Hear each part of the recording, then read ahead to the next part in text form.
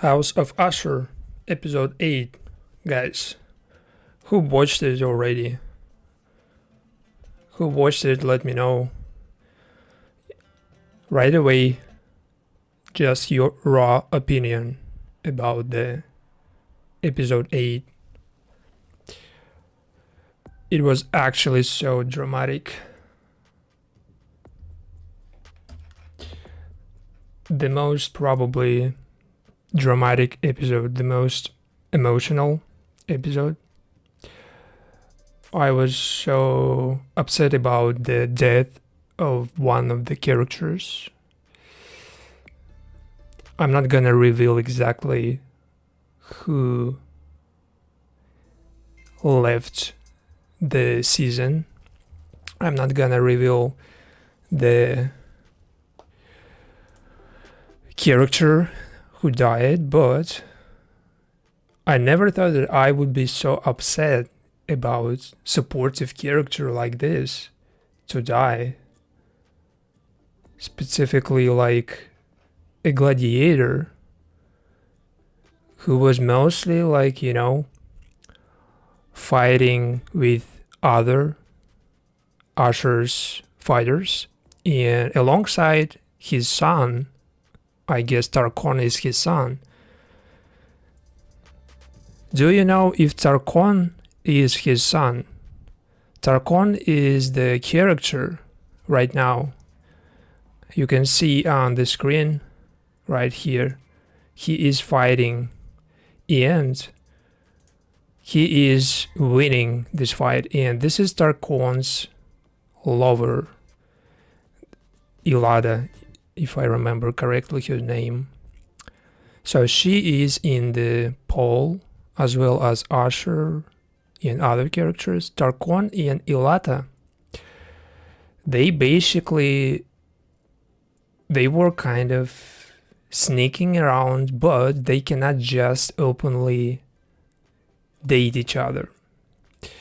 Because Ilata basically, she was kind of more of a low status woman at that period in Roman Republic. If you have this low status, you basically have no rights, and she basically belonged to a Roman, which is socialite, and that Roman basically was killed during this fight of Tarkon. And I was so actually surprised that she basically pushed that Roman out of the balcony and he just fell. Look at this. She's just pushing him and she's just, getting rid of this piece of shit, because that man was basically not just her dominance, let's say. He was really terrible person.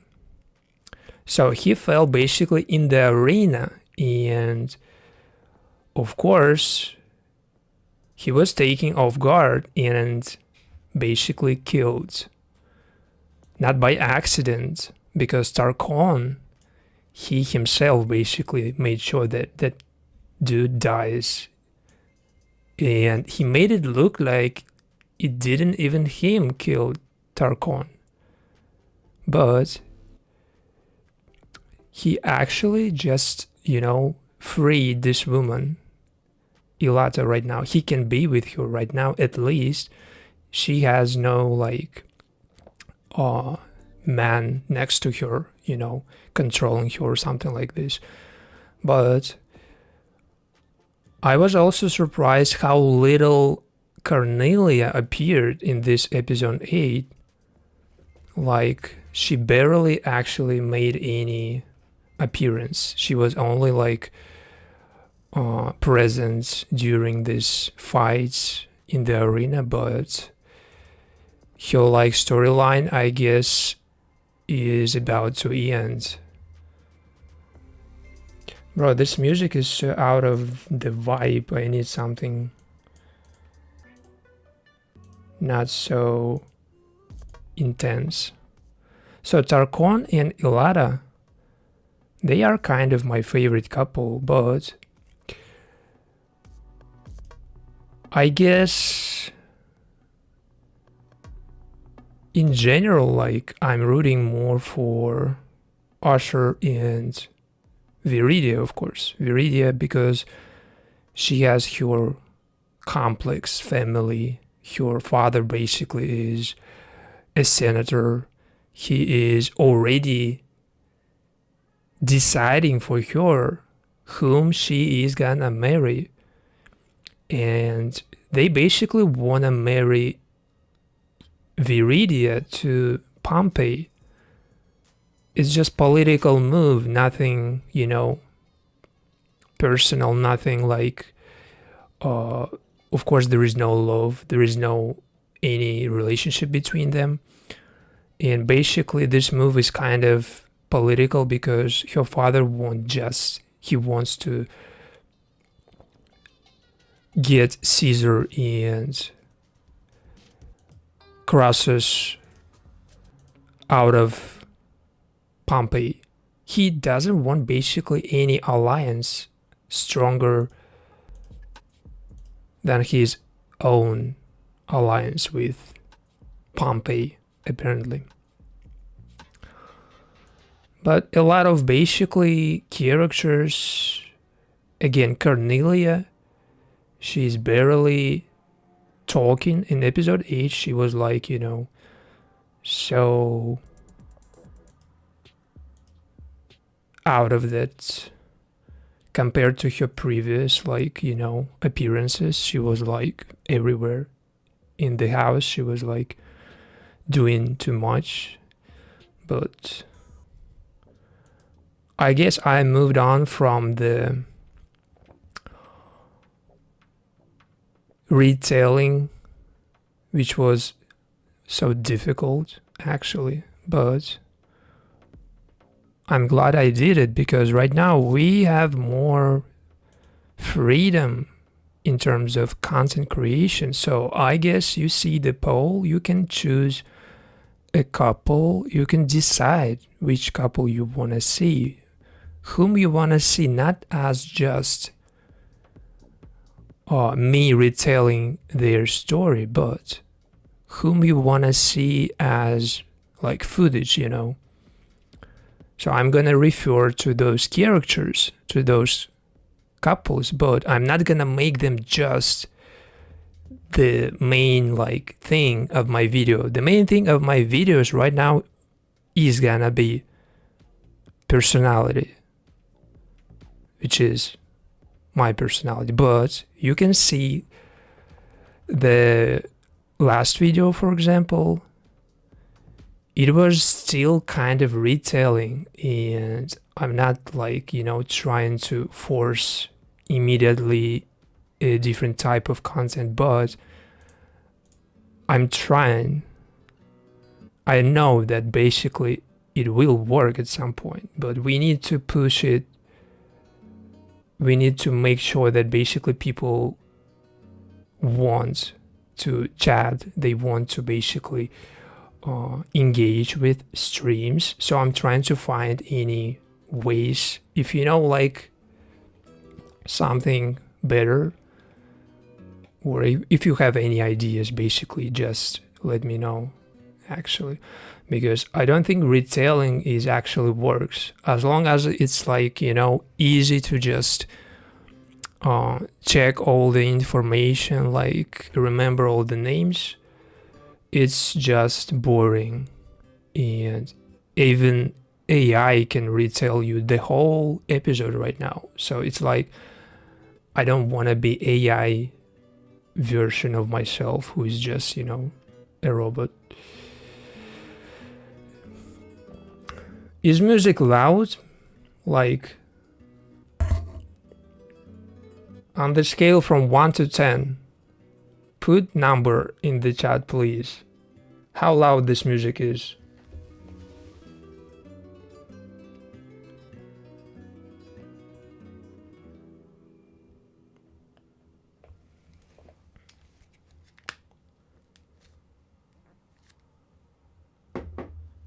Is it distracting?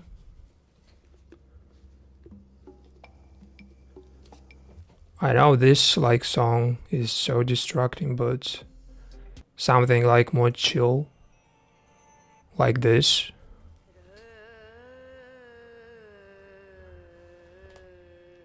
Is this distracting the volume of the music?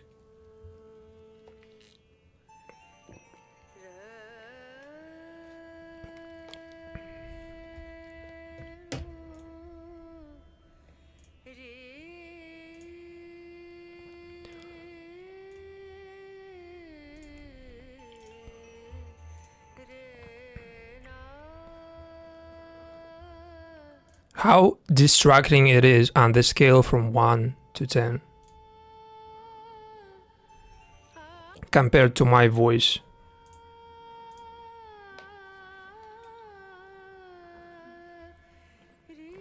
Guys, just put one number. It's not that difficult. I know you can chat one number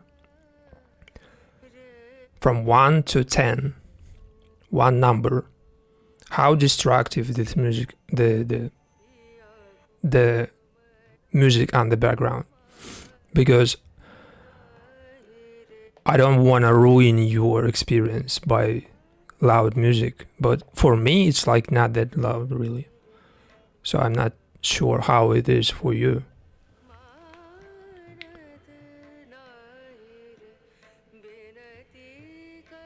Okay, I guess it's okay.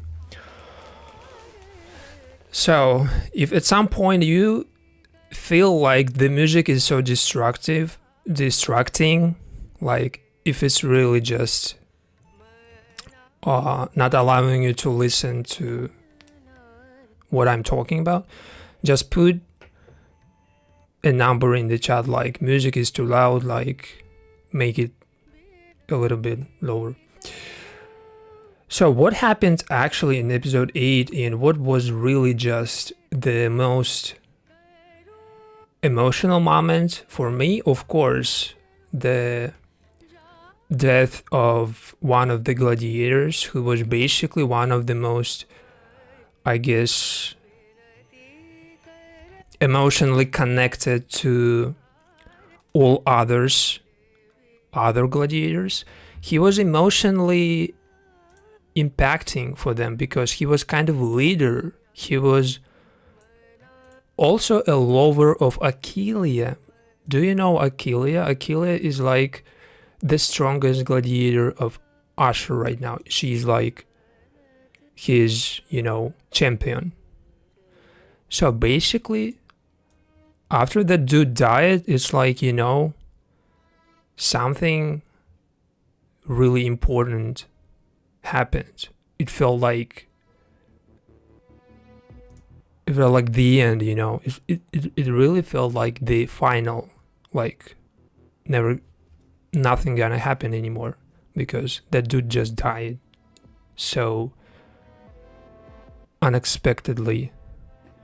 And basically right now Tarkon, he has a perfect chance to prove that basically he is even better than his father, apparently. If I'm wrong, if it wasn't his father, that dude who died in episode 8, correct me, but I'm pretty sure this is his father. This was his father who died in the arena. And basically the fight between this woman, bro, that was so like unexpected. First of all, basically she just came out of nowhere, and basically she was kind of a strategic move from Proclus, one of Ashur's villains. So you see this woman,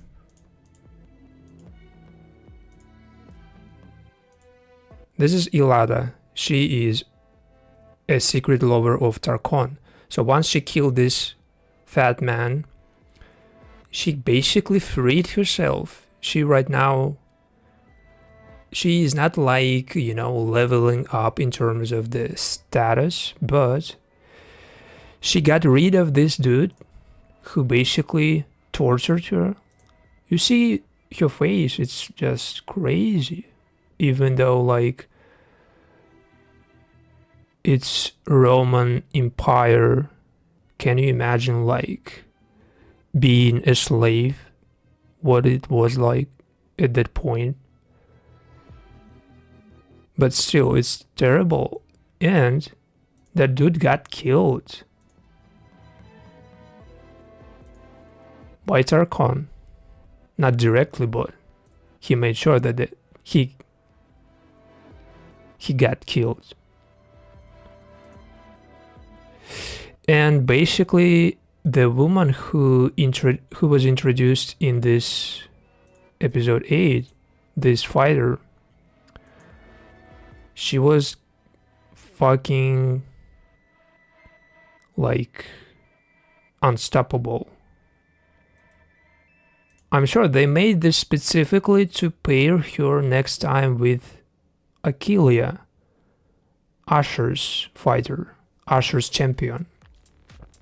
I'm pretty sure they're gonna make like a huge fight between two women in the final, apparently. If it's not gonna happen, okay, I'm okay with anything. But I think like she is gonna be the final boss for Achillea. She is gonna be like somebody whom Achillea wanna kill so much, because first of all, she killed Achillea's boyfriend, let's say, absent her consent, of course, absent her presence. Achillea is currently absent because she was injured, and she was injured during fight with Tarquin. So what happened actually? It's ridiculous, because Tarquin, because of him, this dude, he had to replace Achillea because of Tarquin. Tarquin basically injured, he like opened Achillea's wounds on her hands, you know, like, and she couldn't fight because of that. And this dude, Tarquin's father, or whoever he is to him, he had to replace Achillea. And can you imagine that basically this dude, if he basically didn't fight Achillea, if he didn't open her injury on her hand, his father, he would have been alive still, because he would never fight in this arena. But because he was forced technically to go in to replace her, he lost his father like this. That was so brutal. Also, I like happy, of course, that another terrible character died. Of course, I'm upset about losing that good person, but one terrible person at least died during episode 8. So, for Ashur, basically there is like still, I think, a lot of work to do. At least right now, Caesar is gone. Cornelia has less, she has 0 screen time literally in episodes 8, in this last episode. It's literally just Ashur and his, slaves, fighters.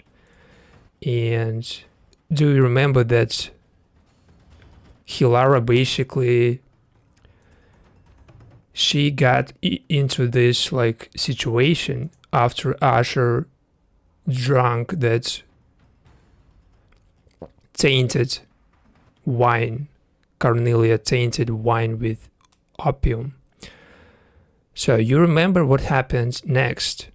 After he drank that wine, tainted wine, he basically hallucinated, and he imagined basically that instead of Hilara, he sees Viridia. It's like hallucination, and for Hilara it seems like he just opens up. He's like being genuine, but he's obviously just wasted. And he sees this woman instead, Hilara. So, but after that, in episode 8, basically they had this conversation, and it was like she still hoped that that was genuine, that basically they did that like emotionally rather than under this, drug influence or something. But he revealed, Ashur told, most importantly, before that, when he was hallucinating, basically, he told that you can call me by my name. Technically, you cannot call your Dominus by his name. You need to say Dominus. You cannot just say Ashur, Elias, or Cornelia, You need to say Dominus. And because he was hallucinating, he asked her to call him Ashur. So she basically got their own,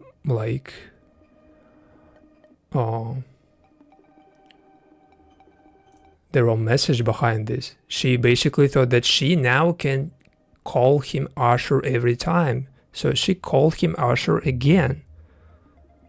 And he immediately corrected her, and basically he told that over familiarity is not acceptable. Over familiarity, it's when you basically get in too close, too familiar with somebody. When you're crossing some lines you're not supposed to. So she crossed that line, and he immediately, pushed her back.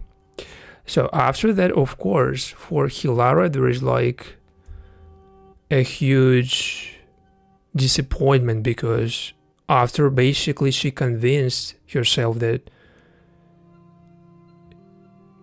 her feelings for Ashur finally returned. Right now, it's not just unrequired feelings, it's mutual. She, of course, went to Messia to apologize, because right now she has a lot to apologize for. Because, first of all, she pushed back Messia multiple times. She literally just stopped her every time Messia tried to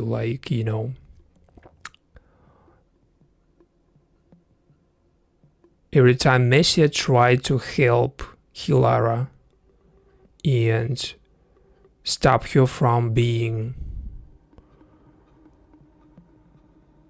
blind and stop her from being Ashur's puppet, even though she is his slave. But at least Messia was kind of more aware of the,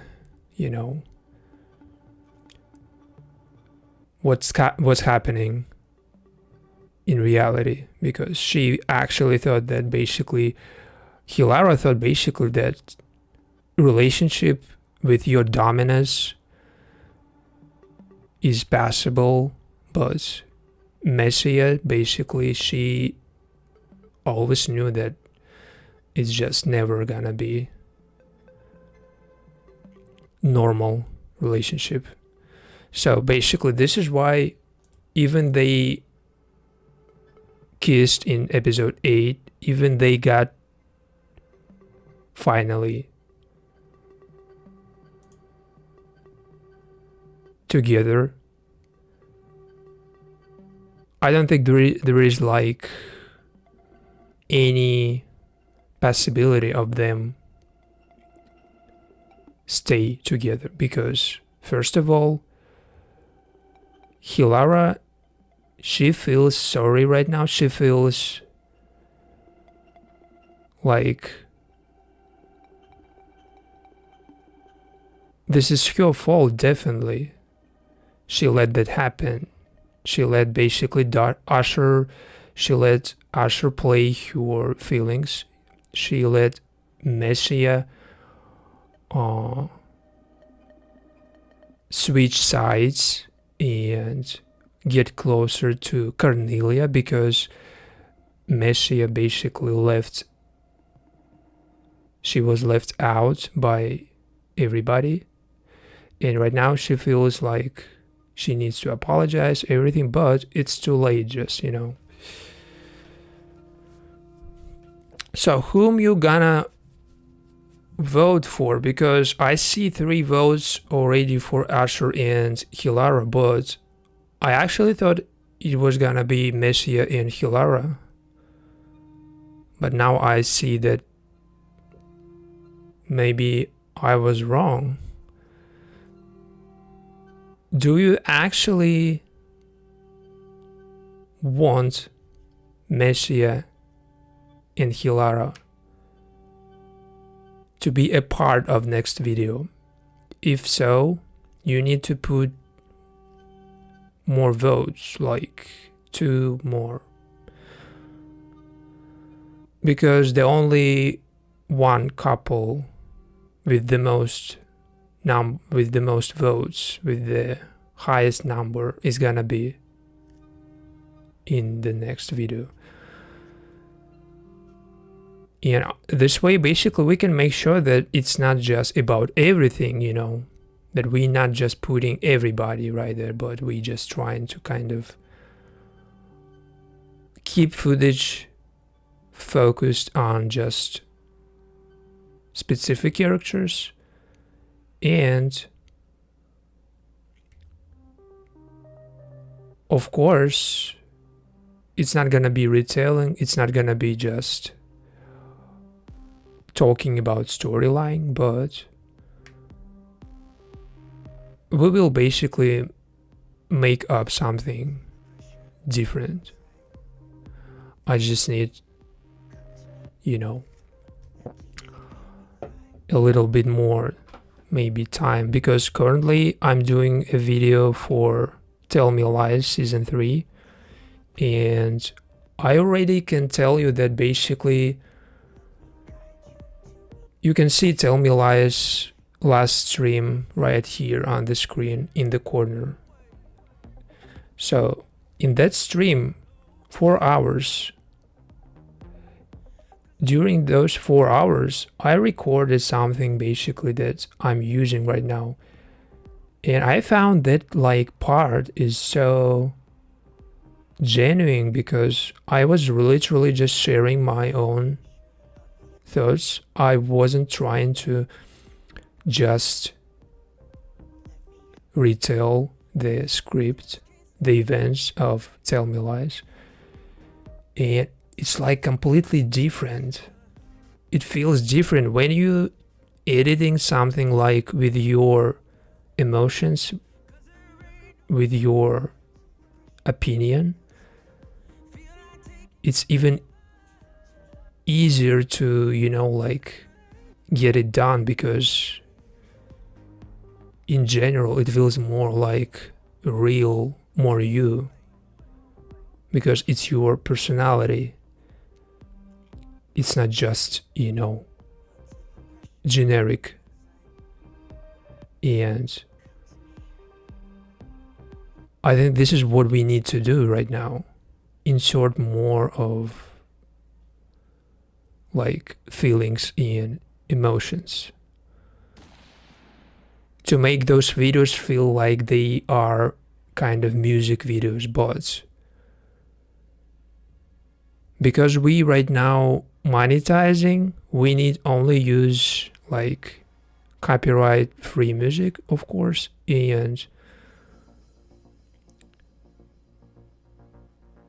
we can still basically make music video bots with voice, with free copyright free music. It's of course it's never gonna be like those I was doing like 2 years ago, if you know what I'm talking about. But I guess at some point it can transform into something even better. All I need is just to keep doing that, I cannot sing, I cannot rap, but at least I can be myself and express my emotions and feelings. Every human can do that. So, not every music video needs like professional, record, like super clear voice or something like this. I think the most important part and the most appealing part in music videos for me, basically, it's like emotional connection, when you feel something more than just visual, when you feel really just you are connected to that. It's not just because music is so good and you want to just, listen to it, but the whole like thing works. So you can basically vibe with that. So to make videos that way, basically, I need your opinions, I need your votes, and because you choosing characters, it will be always like you dictating me what I do next. It's never gonna be in reverse.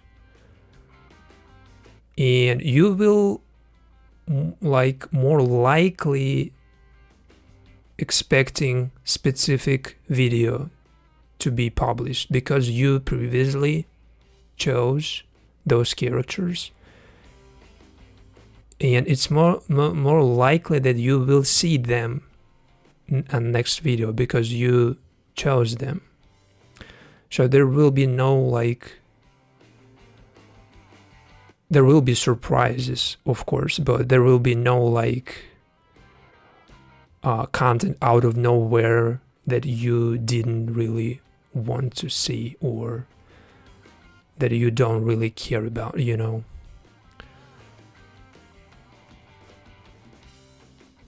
So since we already have one video about Cornelia and her influence on the House of Ashur and how her arrival basically changed the dynamic. Right now, basically, if Ashur and Messiah get the highest number in the vote, this means basically that next video is gonna be about them. So what it can be, let's say we need to connect those characters and their storyline to my own feelings and emotions. So it's not like I'm going to just tell Ashur and Messiah, they were like that and that, and at some point he like betrayed her completely, and she basically realized that he is in love with Viridia. This is retelling. What I'm gonna do right now is I'm gonna directly talk to viewer. Like, it's like I have you next to me sitting right there, and I'm talking with you about them. For example, I don't know.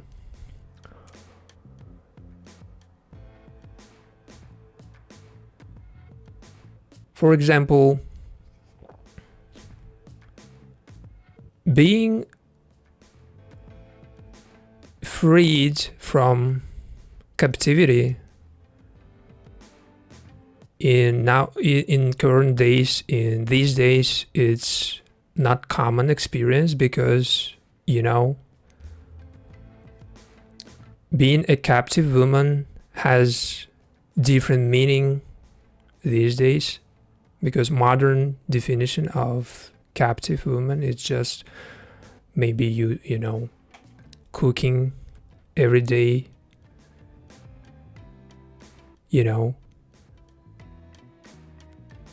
and doing nothing but sitting and maybe you babysitting your child, maybe you just preparing food for your husband. This is a captive woman, a modern definition of captive woman. Am I right? But what was captive woman? Like a slave, a captive woman, a slave, or a servant. It's where basically it's like the place where you live and where you work. You have like no rights to do anything besides those like orders or something. You have no will to go outside. You have no choice, basically.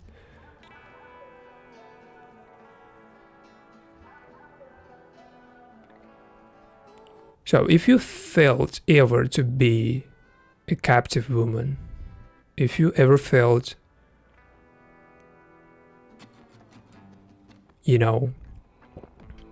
trapped in your house, in your relationship, if you ever felt trapped in situation like toxic relationship maybe, or when your partner trying to control you or something, if you ever felt, basically what it feels like. But for characters from Spartacus House of Ashur TV show,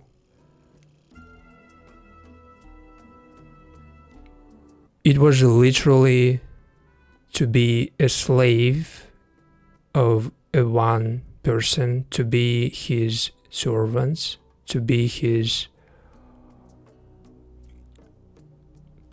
lovers, to be his everything.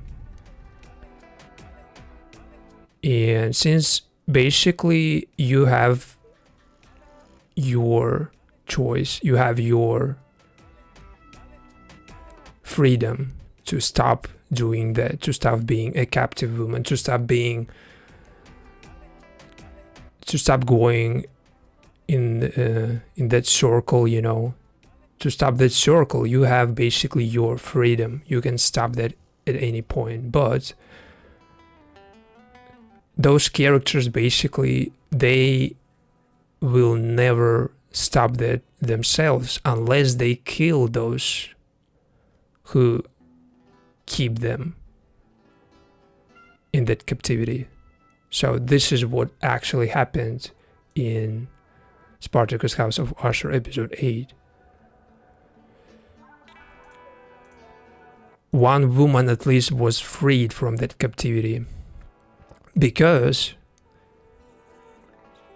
she stopped finally a person who kept her.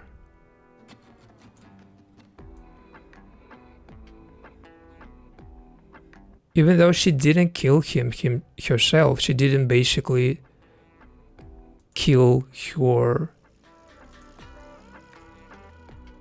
Dominus or whoever.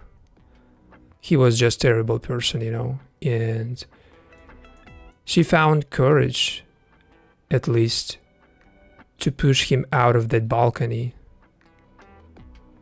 Here she is. She found courage to at least push him towards that death.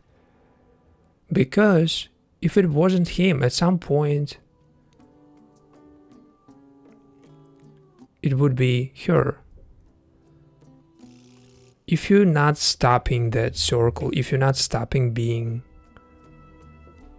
trapped, being ordered around, being told, and being in relation with volatile person, if you're not stopping that, at some point, basically, something is gonna happen, either to you or to another person, maybe something even more terrible. So she stopped that circle by killing this man. Basically, she freed not only herself, maybe she freed other women who potentially could have got hurt by this man, by this Roman. And right now she is not like completely free, but at least right now Ashur maybe can take her under his, you know, roof. Maybe he can basically, Ashur as Dominus, as owner of that villa, he has all that power needed to basically take somebody like Ilata, this woman, and to find her a better place to live. And since basically she is in love with Ashur's fighter, it's even more passable, I guess.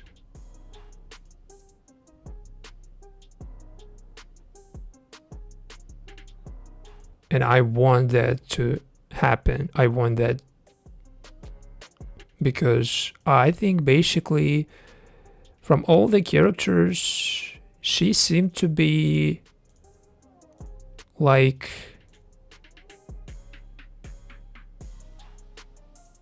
the only one basically from supportive characters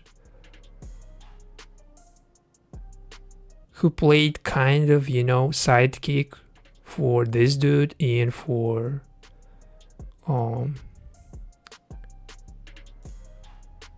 what was his name?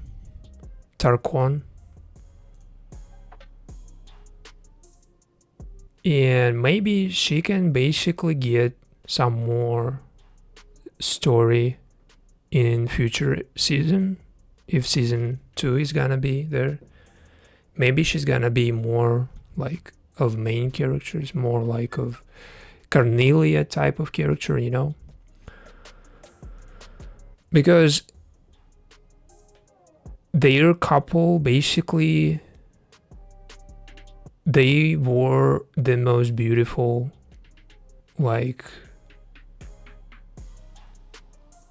just by their appearance and their chemistry, you know, they were the most beautiful couple, I guess, from House of Ashur in general. It's not like they were the most interesting, but it's another story, you know. If we're talking about like physical attraction, seeing this couple is like perfect couple from Roman period, you know, like actors, they perfectly fit into that character from Roman Empire, you know. So I would like to see them more in future, of course. So if you also like them and you want to see Tarkon and Ilada, couple number 4, which currently at 20% in the poll, cast your vote for Tarkon and Ilada. And if they get more votes than Ashur and Messiah, I don't know how, but I'm gonna make them the only priority of my next video. I don't know how I'm gonna do that, but I will have to do that. And I'm so ready to do that because they are really just beautiful. It's always interesting to try to create something out of nothing, you know, when basically character has zero storyline or like a few dialogues, a few appearances. And when you try to make something out of that, it's even more challenging. And this is what I like. I think you grow faster when you do challenges like this.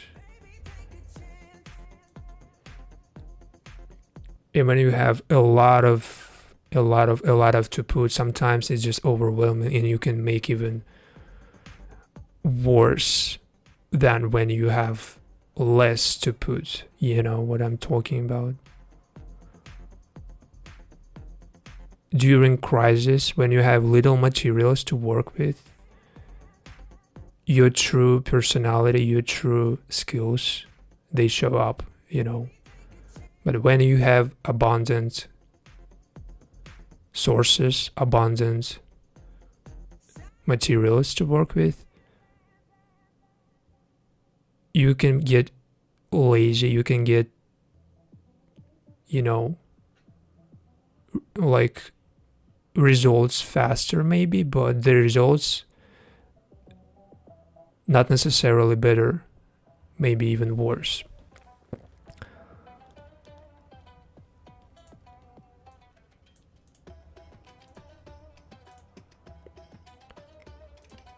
So Tarkon and Ilada, they still stay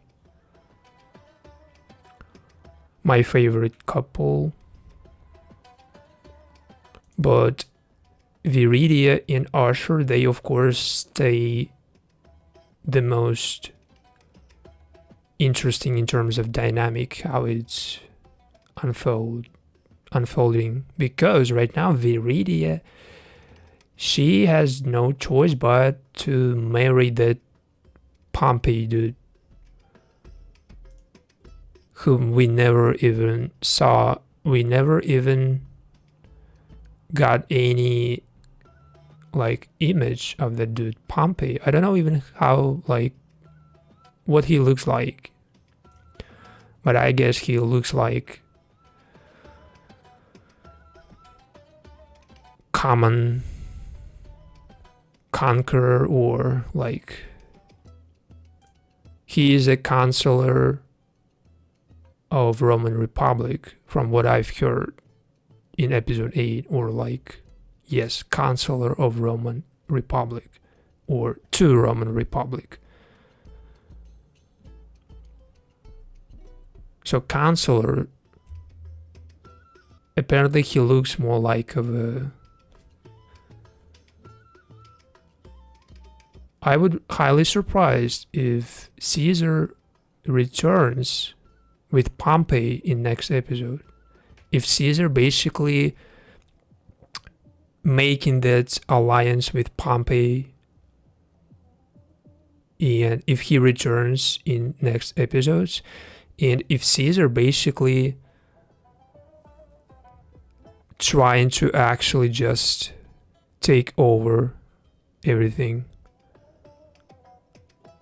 I don't know what history tells, but I guess Caesar, he has such big title, such big name, such big family origins. So I guess for him to appear again, it's like naturally just it should happen, you know. But Cornelius' screen time is just getting, it's faded. She appearing less and less. Maybe her time is over in this TV show.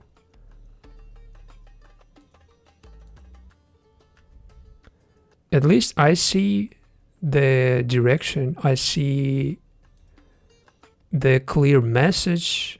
I see how basically every woman character, every female character getting freed from captivity, getting freed from that lower status trap. For Ilada, for example, after killing that man who was basically treating her poorly, she freed herself, maybe not completely, but at least technically nobody hurting her right now. And for Messia and Hilara,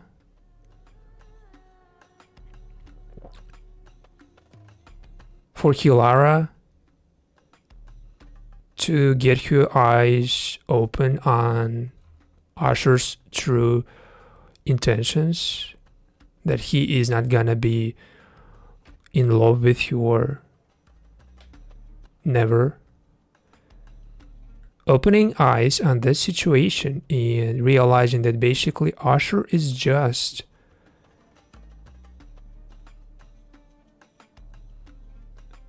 a possessive man who is gonna be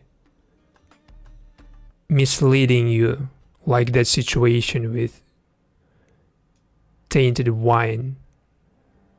He drank that wine and just told Hilara too much. And that wrong impression made Hilara do something she regrets. She regrets basically opening up too much to Ashur, because feelings, of course, they didn't return. Can you imagine? Basically, I know how it's terrible when you basically have feelings, unrequired feelings, when somebody you open up to, like Hilara basically opened up to Ashur. She was so like loyal. She was basically,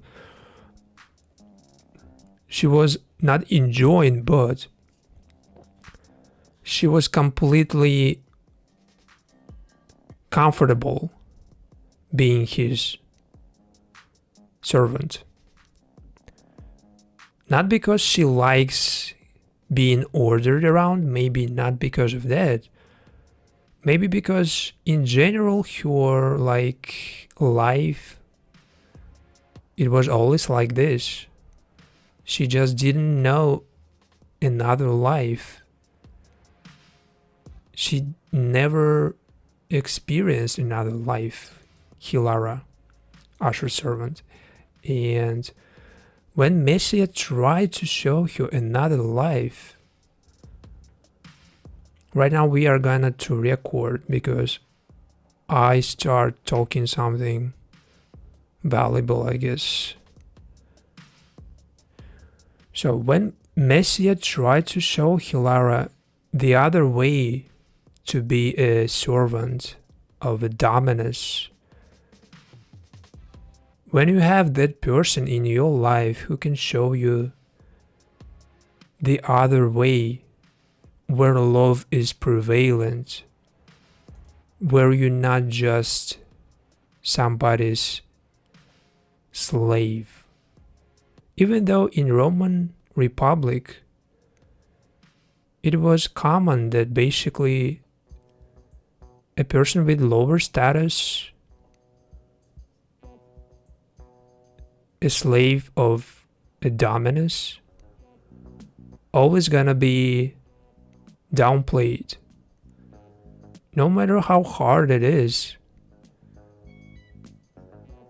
that person would never free himself or herself. That person would never free from that captivity unless that person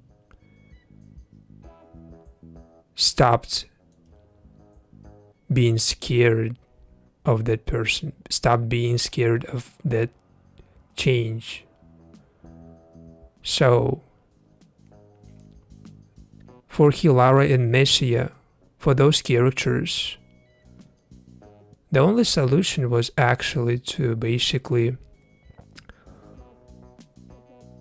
to keep doing something in secret behind Ashur's back, for them basically to go openly and just express their feelings on public. It's of course impossible. But for you, and for me, we know that there is nothing actually stopping us from doing what we want. Sometimes we just slaves of our lives, of our work, of our houses, of our lifestyles, of our habits. I feel myself that I am a slave of my current situation. But what I'm trying to do is not just put hands down and not just trying to let the situation control me. So you can do the same. There is no key, there is no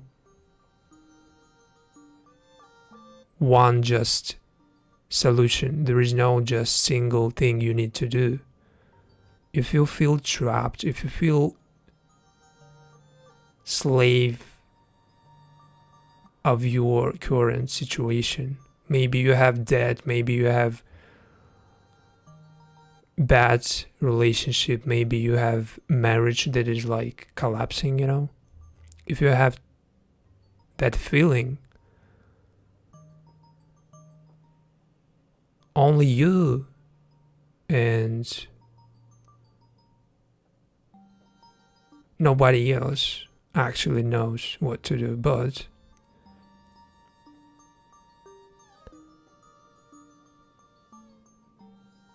I feel like at least when you have one person, it's not even necessarily to be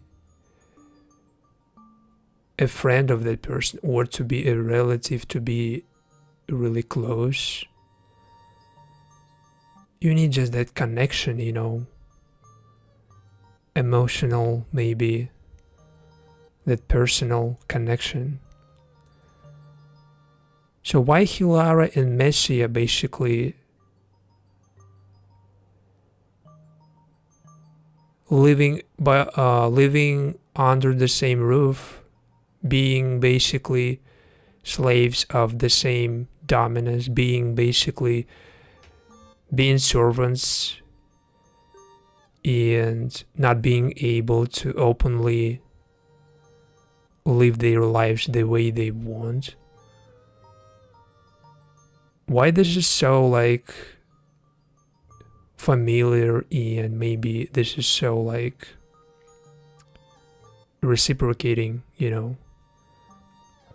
this is so really familiar, because they trapped as any other person in any other situation, any like trap, any captivity, any like emotional trap, any toxic relationship, anything. It feels like there is always like this secrecy. For them, it's like being together in secret, sharing their thoughts, talking about their dominance, the way they cannot talk about him openly. But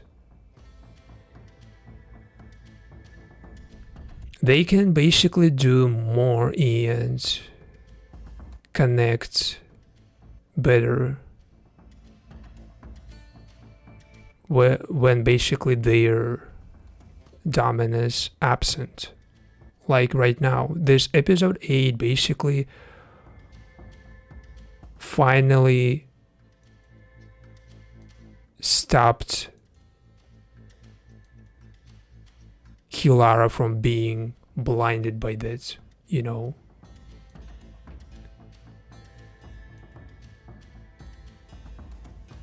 by her feelings for Ashur. She finally, for Hilara, finally, everything is so clear. Right now, she sees the whole picture. She sees that Ashur always cared about another woman, Viridia.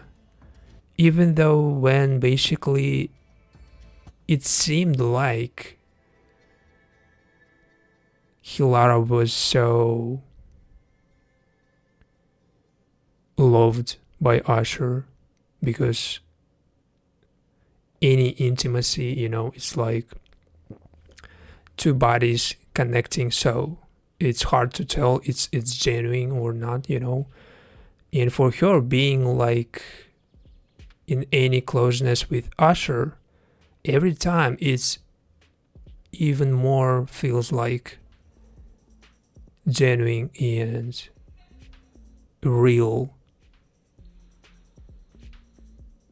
So what she needs to do right now, and I think it's gonna be useful for anybody, including me, we're all human.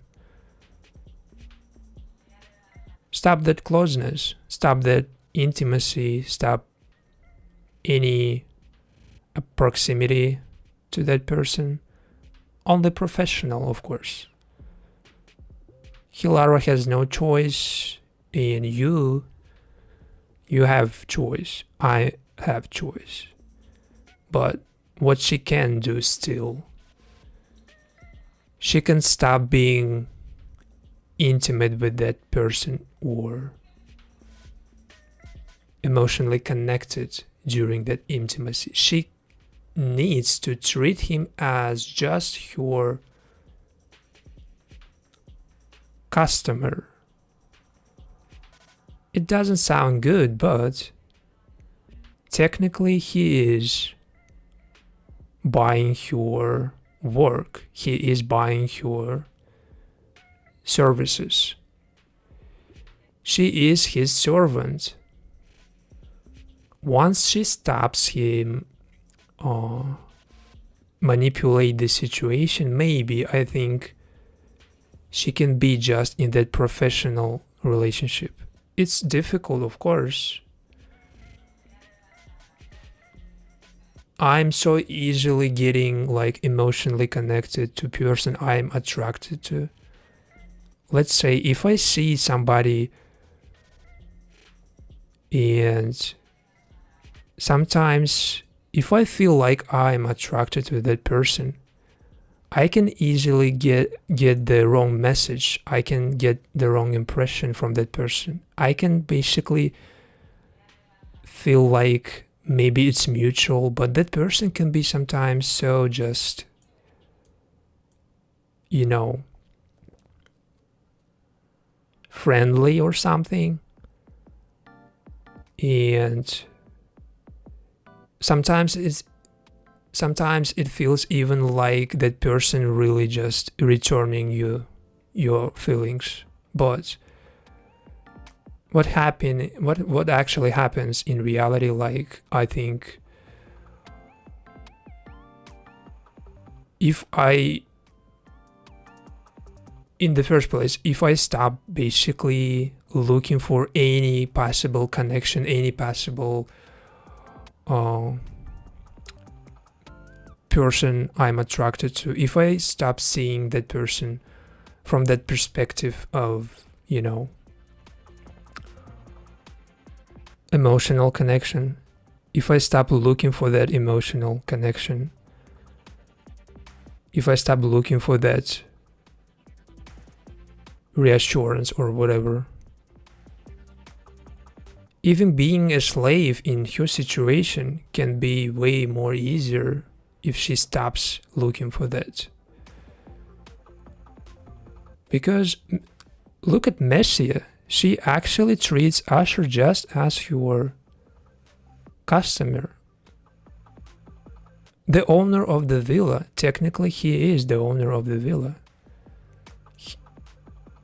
He has all the rights to do whatever he wants. But if he feels like both Hilara and Messia treat him just as their dominance, and they are not trying to basically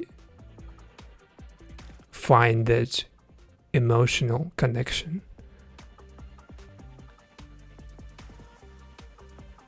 if he feels that, he will basically stop or even consider something like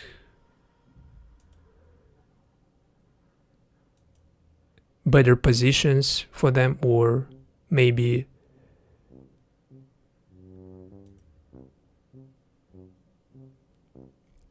cut them a little break, like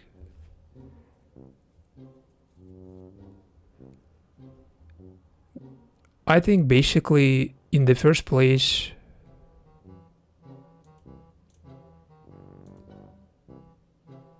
Hilara needs to, of course, to stop doing that, to stop pursuing that.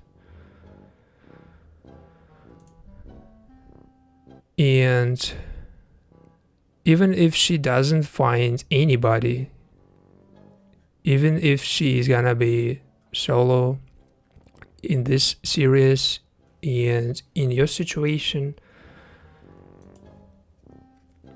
also in my situation, I know if I'm gonna end up single in my 30s, let's say, and I'm not gonna find anybody till I figure out my career, till I figure out my stuff, like all my bills, all my financial situation. If I'm not gonna find anybody till that point, till I'm figuring all out, but if I'm doing that and prioritizing myself, not getting involved in situation with people who is just manipulating me and not returning feelings, if I'm single and prioritizing myself and growing as a person, and finally I find somebody who is just not perfect, but that person exists, that person is there, but right now maybe I'm not ready for that person. Maybe that person is not ready for me. Maybe we are not just in the right place at the right time. Maybe we are not just running into each other yet. Even in my small town, I guess that person exists.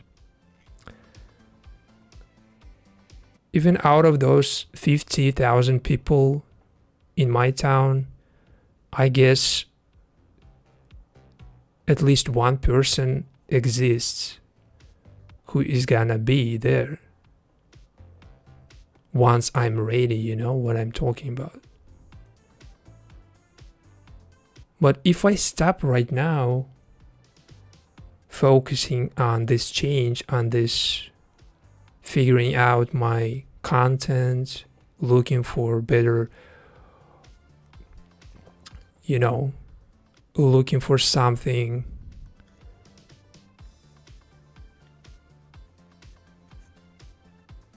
before I complete this transition, before I figure it all out, looking for something out there, looking for something, you know, unattainable, looking for a relationship, looking for something basically before I figured all this out, it's gonna be mess, I guess. It's gonna be even more messing than ever. If you're not like completely ready, it will manifest in different situations because you didn't complete the change, because you didn't decide stop being like your previous version, you know, like that the change wasn't really done, fully done. And at some point it will manifest in some situations, for example, like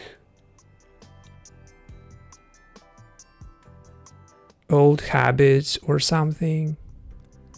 They will return at some point because you never left them, you never actually left them behind.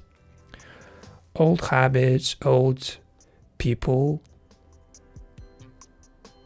who you tried to forget, to move on from, they will return and use that moment when you get weak, when you get like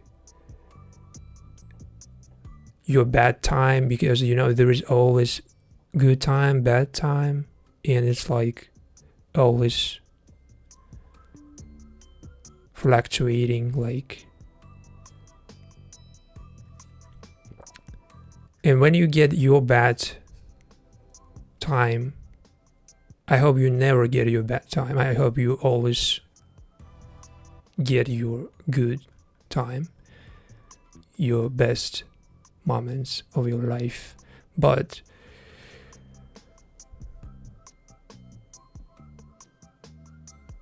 for that person to never appear, that person who not supposed to be with you, this change, I guess, it has to be fully completed.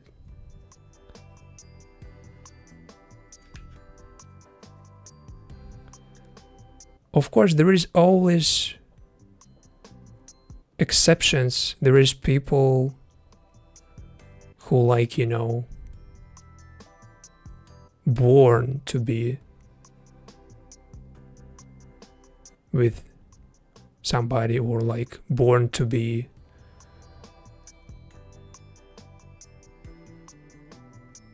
somebody you would never become. But It's completely different story. Like Ashur, he wasn't really born, for example, he wasn't born a dominus. He wasn't born a owner of a ludus, a gladiator school. Ashur was born a slave, apparently. From what I've heard, he was a former slave, and before this season even started, he had completely different life, and in another timeline he was a slave. He was fighting to live, apparently a gladiator or something. After he was ascended to become a lanista, lanista is like a master. Lanista is like a master, a teacher for gladiators, an owner of gladiator school, and in that school he is teaching those how to fight. But he wasn't born to be that lanista. He was given the chance because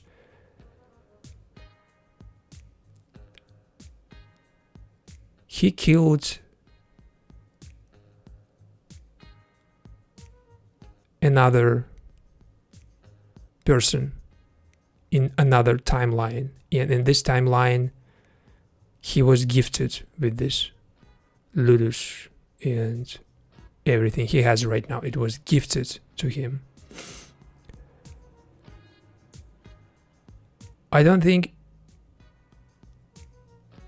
in reality anybody getting anything granted like this, gifted like this, just passed to you. In reality, of course, only those who born to be like this, to be rich, to be in the better positions than average person, only them from the beginning, they already know what they are gonna be like, what they are gonna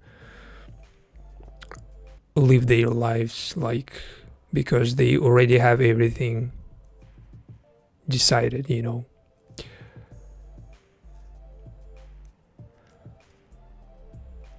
But what I love about like characters from TV shows, when they change, when they trying to basically find a way out of situations like captivity, enslavement, and for Tarquon and Ilara, that was the only way actually to get out of this together, because Tarquon basically said if he becomes a champion, they can live somewhere, maybe they can get freedom. At least Tarquon, he will get his freedom. He will no longer be just Ashur's property, his belonging. He can basically take Ilata somewhere far away from all this Roman bullshit, like people who just, trying to hurt her.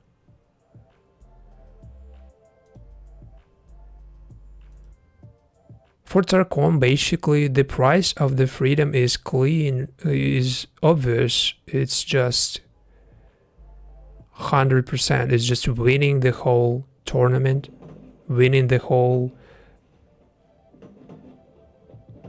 Primus, It's like, the final fights of the arena, the Ludi Apollinaris tournament, the gladiator tournament. This tournament basically, it gives you your freedom. From what I understood, it gives you your freedom if you're winning this tournament. So there is clear future for Tarkon by doing this tournament. He gets two things: his freedom and his woman. And they already got rid of that man who was in between. No more secrecy, I guess. I would like to see them openly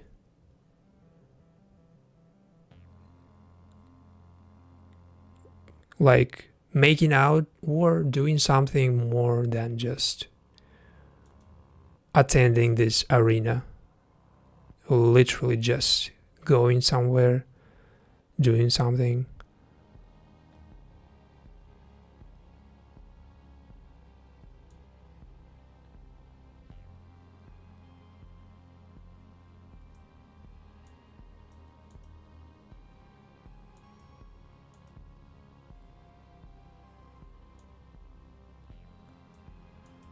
So still Hilara and Ashur have 3 votes. If they have 3 votes by the end of the stream, I'm gonna need to basically adapt my next video for these 2. I'm gonna basically make like my own emotional text, not scripted, but I'm gonna need to think about these 2, imagine them, and I'm gonna talk about something related to their experience. So let's say if you like their experience more than Tarkon and Ilara's experience, then basically 3 votes enough, I guess. But if you really like Tarkon and Ilara's experience more, if you like that secrecy, that intense relationship, when every intimacy, every moment, every private moment, it's like your last moment, literally. They do not know what happens next. If you like that dynamic more, if you like this specific character, Ilara, if you like the dynamic in her basically way, her storyline, her basically storyline in episode 8 was so good. She make this man suffer who suffered her before. She was basically doing that not only for herself, but she did it to basically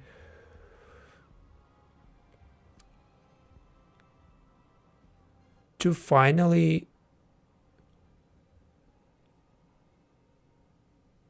get together with Tarkon, of course. So if you like this dynamic more than just Dominus and servant Hilara's dynamic, because there is just so obvious. One person is just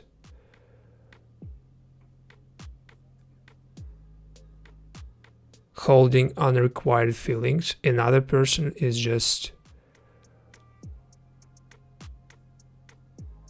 abusing his power sometimes. at least he is not basically volatile towards women. And in Ilata and Tarkon, basically in their situation, it's secrecy, it's like more thrilling, it's more unpredictable, unexpected. So the video is more gonna be like me talking about something sensitive, super like personal maybe, and showing them like as example of that secrecy, you know. If you like that vibe more, if you like that dark, like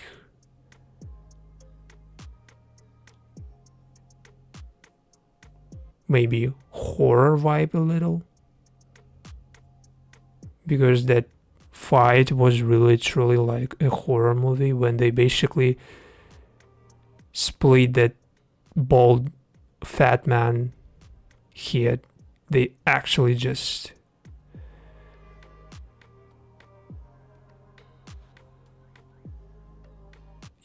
sliced his head. I cannot show that moment, but we can use this aspect of him being a fighter and her being just audience, and at some point she stopped just being an audience and she actually impacted the whole fight, because once she dropped that man out of that,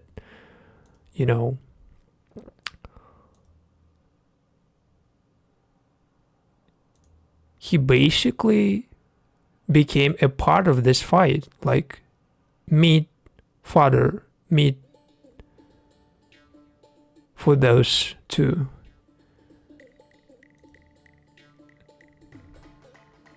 So he knew what she was doing, of course. But we can actually play a lot with this footage. We can use a lot of her appearances, like her face, to show the consequences of her captivity, of being a slave to that Roman. We can show her experience, and it's obviously like,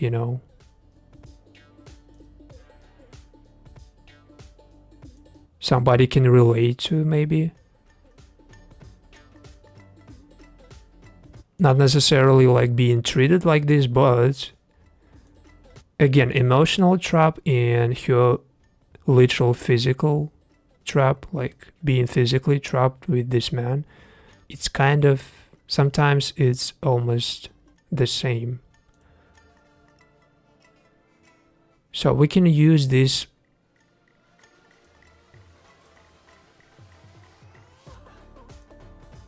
arena scene, of course, and not necessarily talk about arena in next video. If by the end of this stream Tarkon and Ilata, couple number 4, if they get at least 4 or 5 votes, I guess the video is gonna be completely different from if Hilara and Ashur get more votes.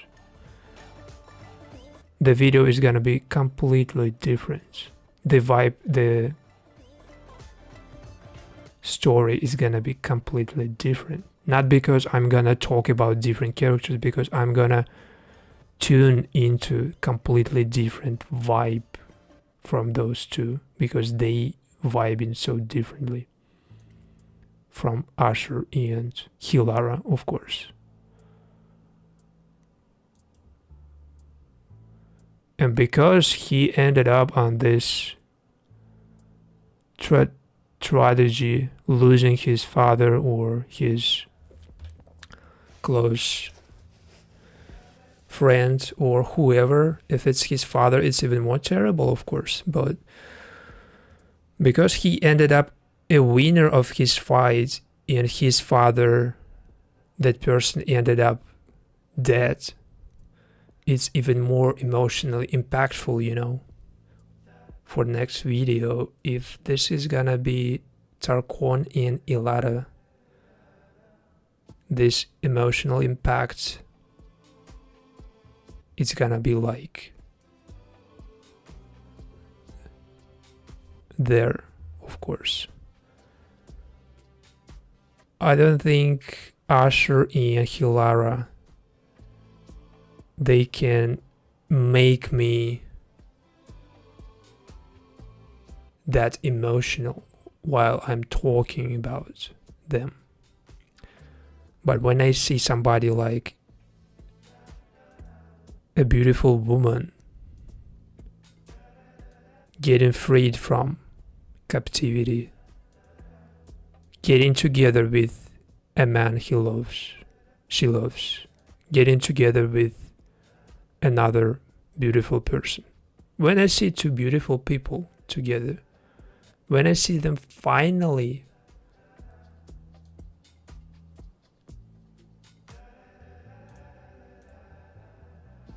surviving this,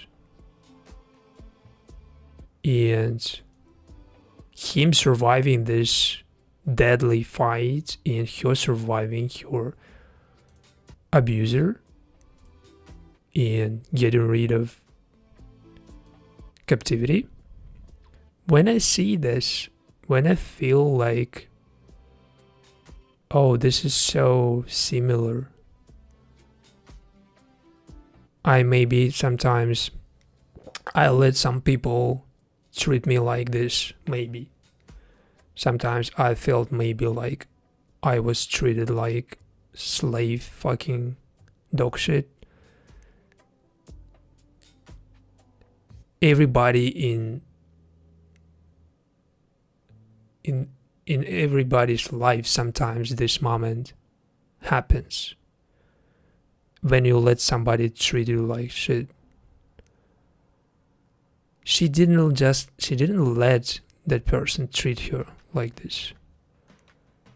She had literally no choice from the legal perspective, like the laws just dictate you that if you are a slave, you need to just obey. You have to obey. But I guess in my situation, when I let somebody, for example, treat me like I'm a, subhuman, it wasn't just any law, any rule that basically dictated me how to act in those situations. It was fear, maybe. Because fear is the biggest rival of any person. The feeling of fear, the feeling of unknown, what that other person is gonna do if you say no, if you go against that person, if somebody is trying to basically physically hurt you. The feeling of unknown is the most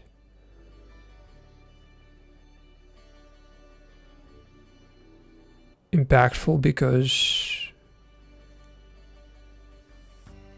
it making you choose less harmful outcome, sometimes just neglecting your personality, neglecting your life. So let's say if I were character, if I were a character from Roman Republic during Roman Empire, during that period, I would have no choice, of course, but to put up with this.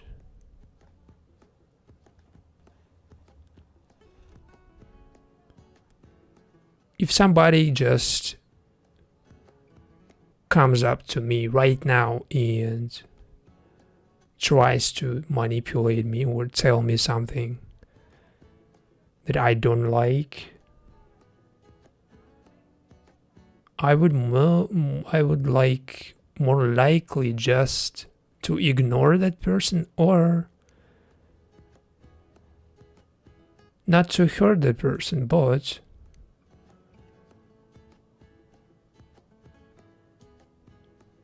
to make them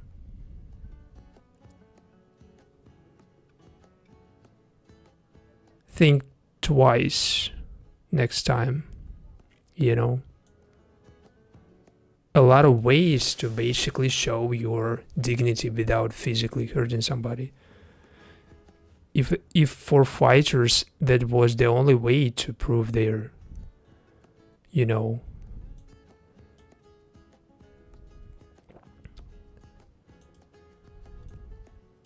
power or something, that was the only way to prove. For those mans, for those fighters, for those gladiators, it was the only way to prove that. But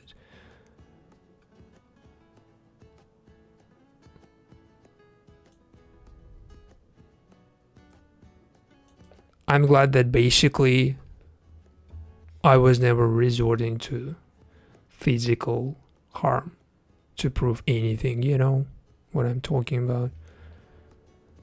I was always an artist, more of a creative type of person. I was always looking for something to improve skills,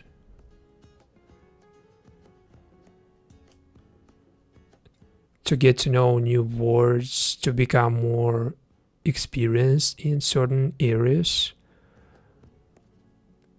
I was always looking for something to learn, you know. And it doesn't matter if it's like really making me a better person or not. The basically feeling of getting better, getting like something to learn, getting something to improve, getting something to work on. This is the feeling I'm looking for. When I feel like we are working on this channel, we are trying to improve this, we are trying to get out of this trap. We are trapped. I am maybe trapped. You are not. You are just a viewer. So I'm trying to get out of this $100 threshold trap when you need to meet that threshold to get payment, you know. This trap is like killing the creativity, the spontaneity. It's like you need every month to meet that threshold to get your payment, you know. Why this is so like trapping me? Because if I'm trying to be completely free from that feeling of like that I'm working, that I'm not just an artist, but I'm employee of my channel, I'm like working on my channel. If I'm getting that feeling, I'm becoming like that robotic generic, person who is just waking up, opening his window, checking new series, drinking coffee, then editing videos, and then going to bed. This is pretty much trap. It's like always the same routine. You know that tomorrow is gonna be the same. It's gonna be editing, it's gonna be new TV shows, watching new episodes, it's gonna be looking for new music, maybe it's gonna be something, maybe going to gym. Now I include gym because this is the only way maybe to kind of mix everything, shake up this, like, scripted life. So I'm trying to kind of getting out of this trap by doing this new content. I'm trying to get out of this trap by doing interactive chats, for example. This is my way of getting out of my situation, because I know that in your situation it's completely different. Not everybody is so fixated on content creation. It's not like even the most important part in this world. Maybe it's just so silly for you to think like it's really that difficult, But just to be oneself, to be entertaining and to keep viewers, to engage more audience, all those skills, it's like something I'm trying to train. I'm like that gladiator who is training to fight, but I'm training to be entertaining because it was never gifted me.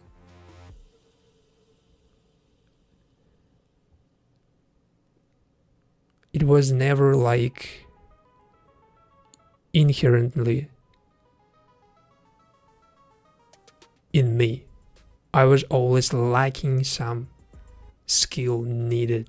I was always lacking something, and I always needed something to learn, to move on, I learned how to edit. I learned English. I learned software for streaming. I learned something more. Right now I learned this poll system to make you vote for something, and it sends signal to my screen. So now you can see like numbers go up, your favorite characters, And every time I feel like it's not enough,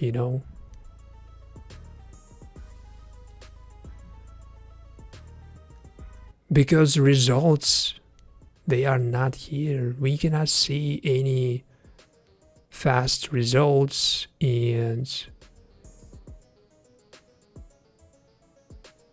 it is like, training your muscles. It's like learning martial art. It's literally like you trying to defeat your opponent. And your opponent is your old version of yourself, So my opponent for me is like my old version that generic and boring version. I don't want to be. I was never born to be an entertainer, to be honest. I was never born to be speaker. I was never born to be speaking English in the first place. If I didn't start learning English 3 years ago, I would never speak it, because I was never basically told that I can speak foreign language. Maybe because I have 2 brothers, maybe because all the roles, they are like all the roles in family with 2 more children, they divided all the roles, they split between children. One is always the smartest, another is always physically better, maybe stronger. It was me. At some point I physically was the strongest one, and I wasn't really a fighter. I was never aggressive type of person. Physically I was doing that gym, everything, just to be attractive, to be honest. Nothing wrong with that. But that was kind of, it became the only skill, the only actual skill people thought about when they basically talking about me. They were thinking about Elias is just physically attractive. I never talk about myself this way, but right now I feel like I can. Every time people think maybe that I'm just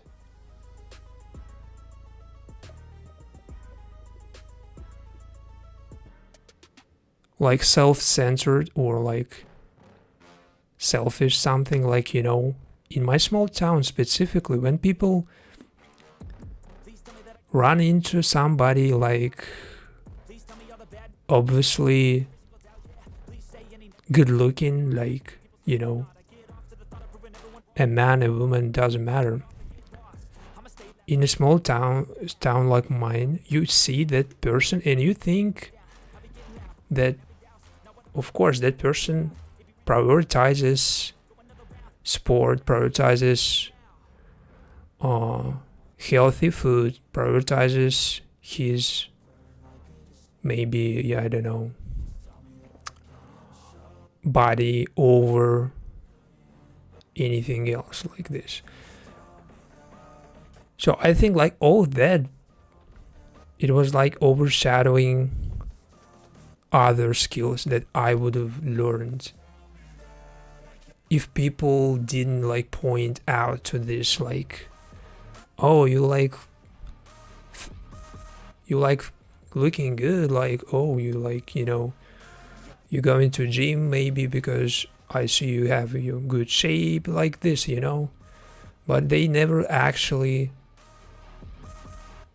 were talking about any other side of my character. This is what I'm talking about.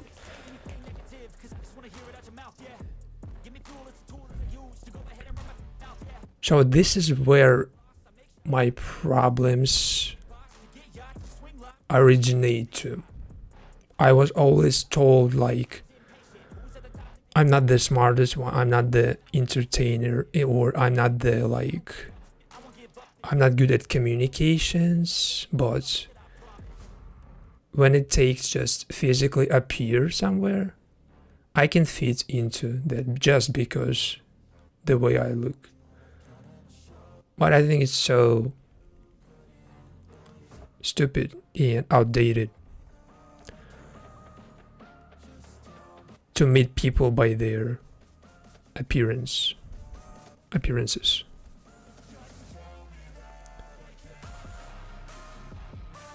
So, and like last time I was in gym and one person asked me what I'm doing for a living. I told basically that I'm a YouTuber. I told that basically the channel is not in a good spot right now, but it was at some point. Then I told that basically I had to make big changes, which is deleting reused content, deleting content that basically cannot be monetized. I had to, of course, that person, he doesn't understand anything of this. The only thing he cared about is to check the channel, to see something. He wanted to see certain maybe thing that he imagines when he hears a content creator. People imagine, especially in my small town, they imagine certain type of content. And more often than not, it's not even close to TV shows, let alone TV shows like this. Nobody actually watches TV shows like this in my small town. They mostly watch something like, local or something like this. So when I showed him my channel, he was like confused because in the first place, all the thumbnails, they just scream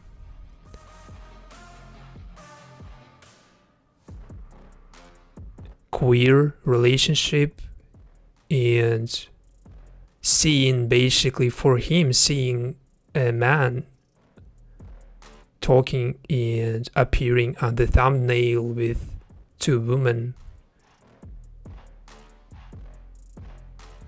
especially two women kissing each other. Seeing man appearing on that thumbnail is like ridiculous, wild.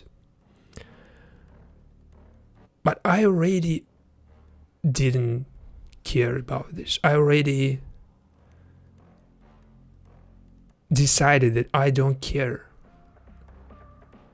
If somebody actually wants, if somebody actually cares about what I'm doing, first of all, he would check my personality. He would check if I'm genuine on those videos or if I'm fake. And no other stuff would ever bother him or her, like characters, lesbians, what type of relationship I'm talking about. It all doesn't matter. The only thing they would have really appreciated if they actually cared is my personality. If they liked it, all other stuff, like what TV shows I'm talking about, what characters I'm talking about, what type of relationship I'm talking about, it's all secondary. It's all just on the background. This is what I'm talking about. So right now, I want people come here not for specific TV show, not for specific character, not for specific type of relationship. I want to come here. I want people to come here and to be able to appreciate my presence.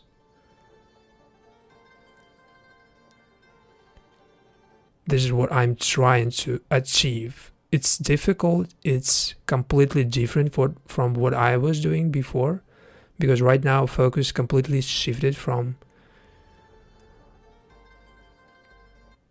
from this fictional driven content, like TV show driven content, movie, to personality driven content. It's a big change, but we need to make this happen. There is no other way. There is no other way. If you're listening right now, if you know what I'm talking about, you know there is no other way. It doesn't work if personality is not here. And right now it is here. Not maybe completely, but I feel like I'm here myself.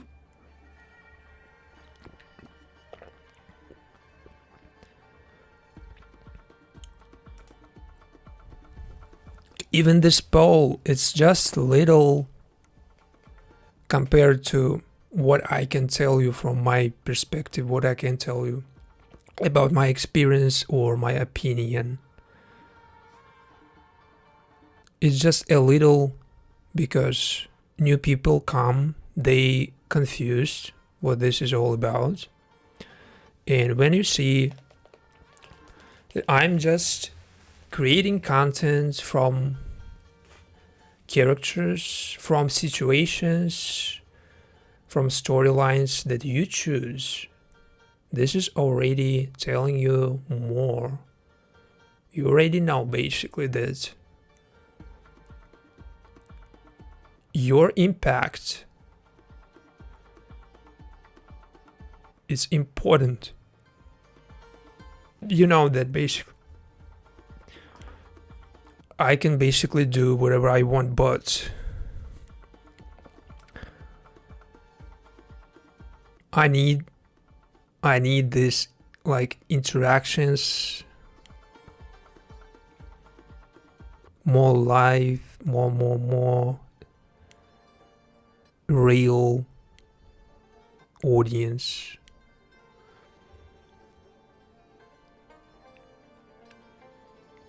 So speaking of audience,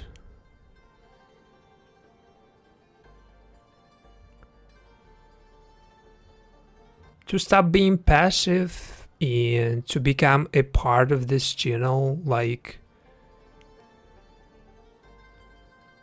to become a part of community,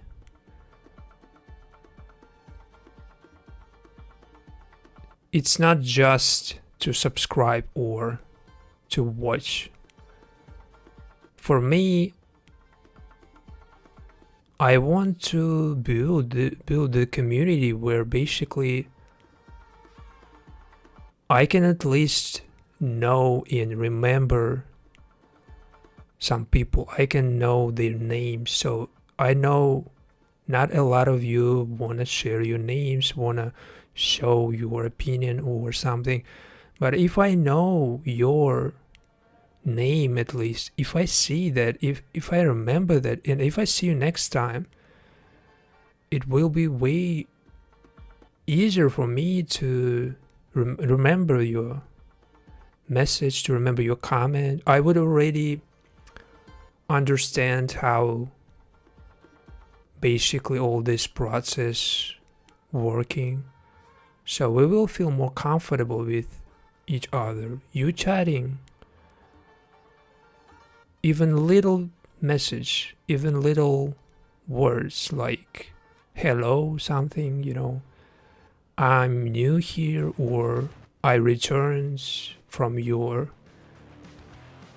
2 years ago content, I never watched you ever since your music video, something like this. It would make me really appreciate your impact, because it would basically make me realize at least that not everybody from those 400,000 subscribers, not everybody ignoring. I would know that at least Some people from those who came for music videos 2 years ago, 1 year ago, a year ago, maybe I already stopped doing music videos, but if you came for music videos and if you know what I'm talking about, if you can share right now, or if you're rewatching this stream, if you can comment, if you know what I was doing 2 years ago, or if you have no clue, if you have no idea what I was doing, ask me something related to what made this channel 400,000 subscribers, if you have no idea how they got here. I send you a link with my specific streams, with my specific live streams from 2 years ago, 1 year ago.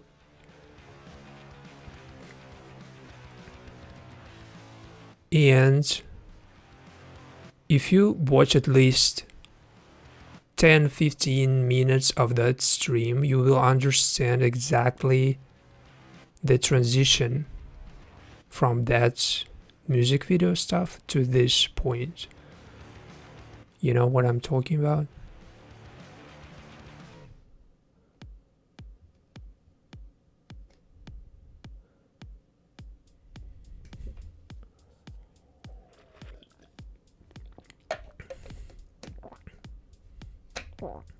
Because 2 years ago we were doing completely different content. And I know just by fact that I know for a fact that basically countries like US, the United States, Japan, and some UK maybe. I just checked yesterday. Those were 3 countries watching me the most during all this time from 2023. I know for a fact that all those countries, UK, the US, speak English.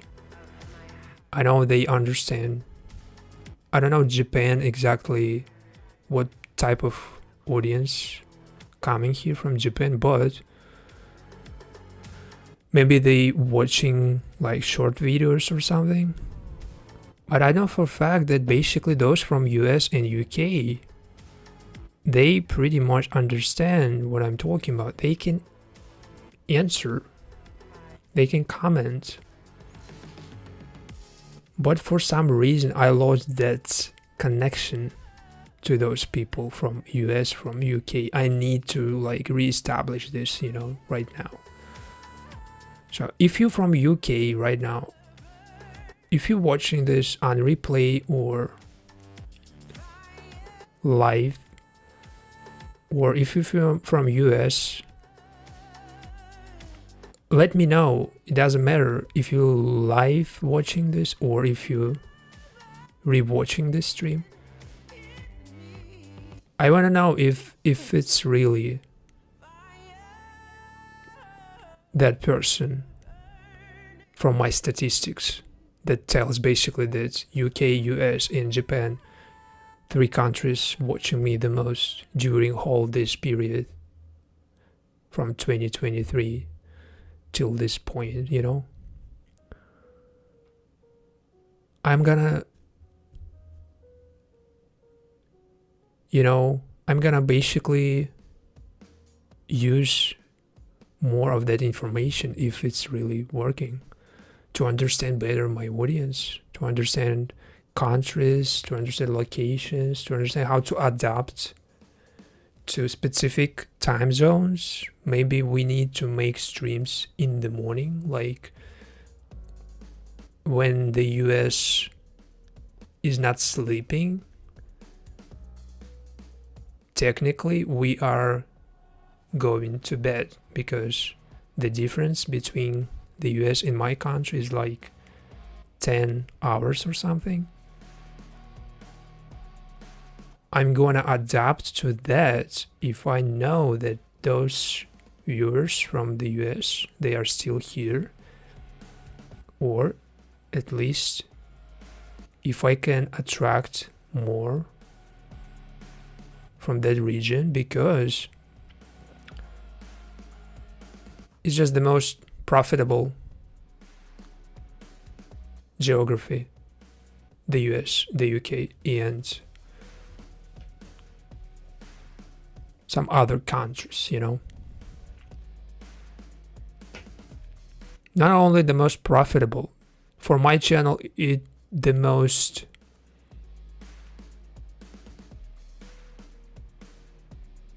suitable, since all the TV shows and movies, they are kind of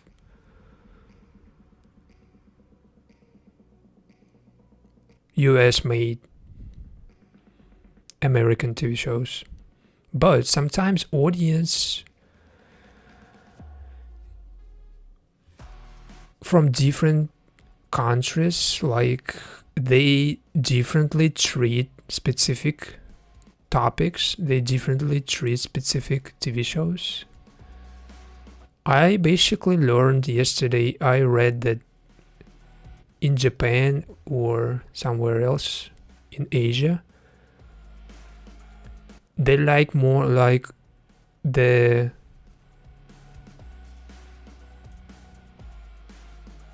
visual rather than words, you know.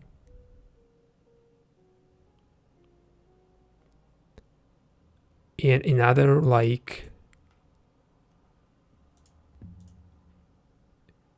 Central Asia countries, like my country maybe, they like more informative type of content.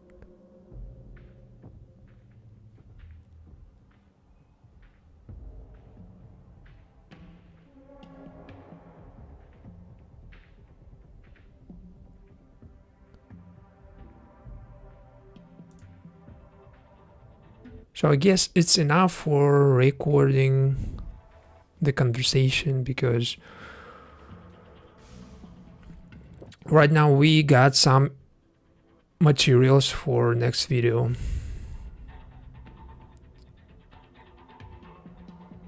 But I still hope that at some point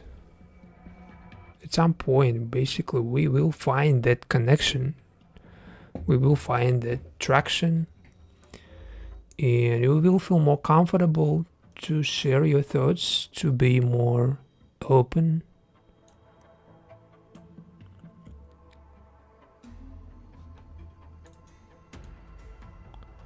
So we were talking about 4 couples, and I still see this House of Ashur as the main with the most votes. So this means basically it's what we're gonna do next.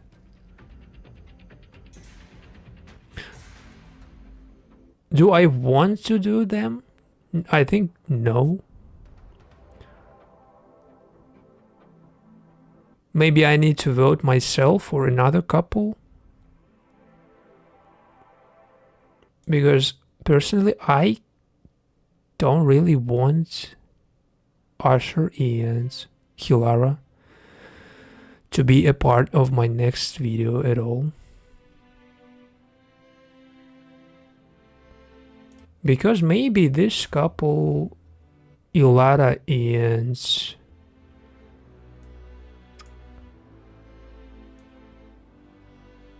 this man, I forgetting his name every time, Tarkon and Hilara, they are the most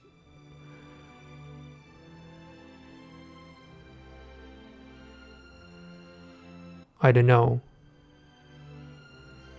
I can relate the most to those two rather than Hilara and Ashur's type of relationship. What do you think? What do you think about this? If you still have your vote, if you still have to vote, if you can vote, do that right now.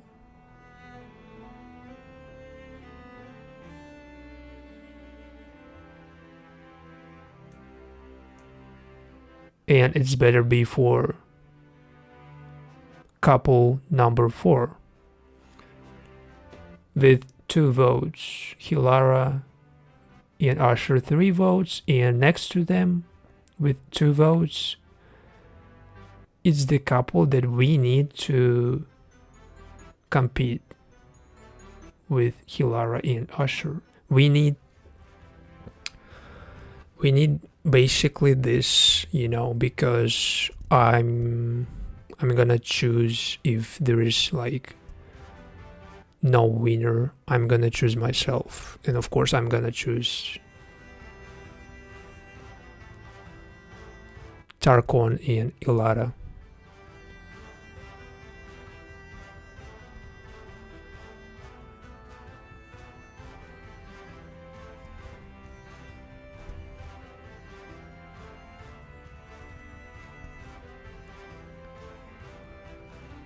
But you deciding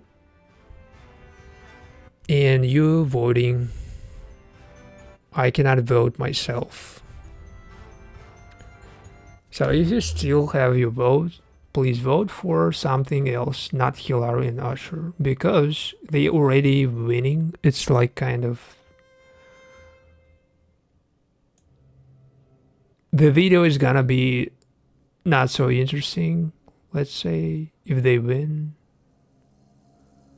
The video most likely is gonna be similar to previous one.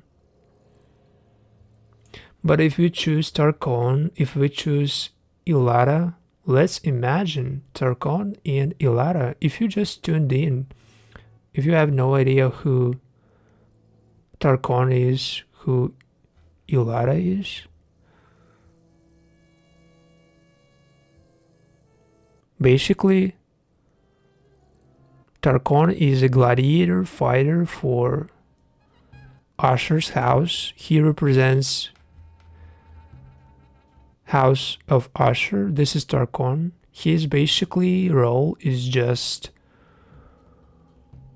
being a gladiator and to win this tournament, Ludi Apollinaris.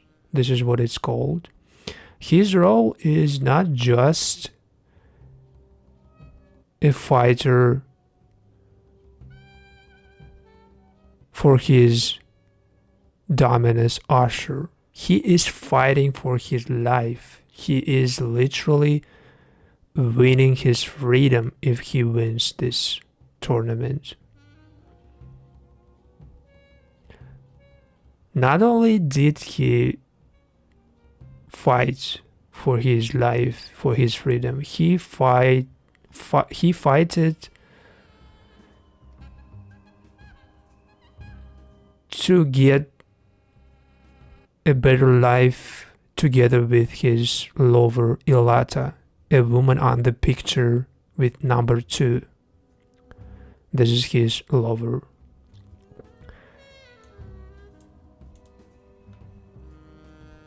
So he and Ilata, they were kind of together already. At some point, they started hiding their relationship, and because Ilata had her Roman dominus, this dude, she couldn't really openly just reveal everything. He was basically a volatile, terrible person. You can see that from her face. Now, once she got rid of him, she has all the possibilities of reuniting with Tarkon on the outside.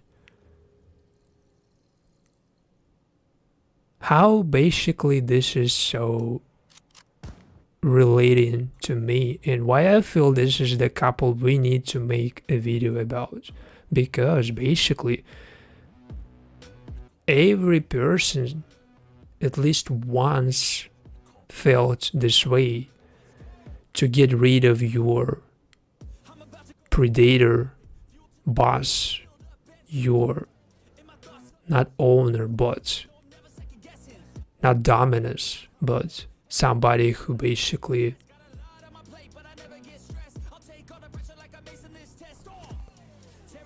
made you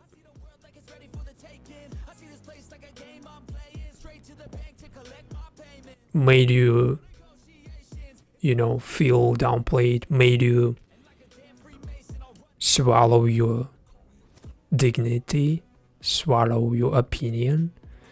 Sometimes at some point you do that unconsciously.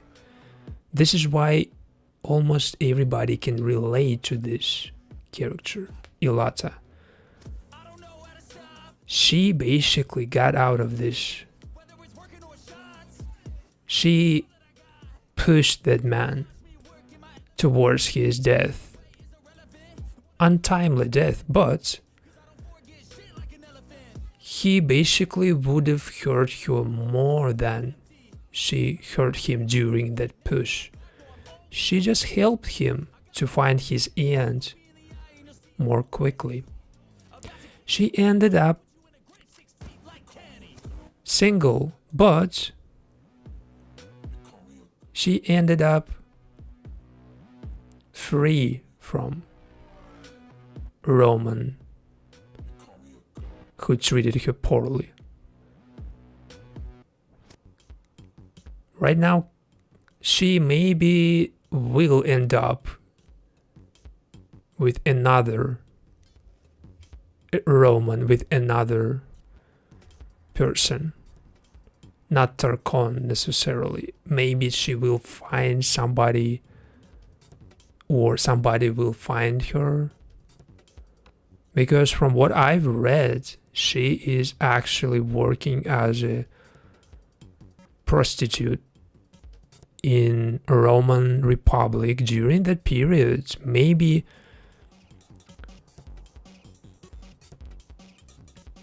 it was a part of the work, I guess, to be treated like this, but she stopped that already, because right now she is not anymore with that person. She can also stop working as a prostitute, because for that basically period of Roman Empire, I guess, the timeline, specific timeline, for that basically timeline, I guess this treatment seemed kind of usual.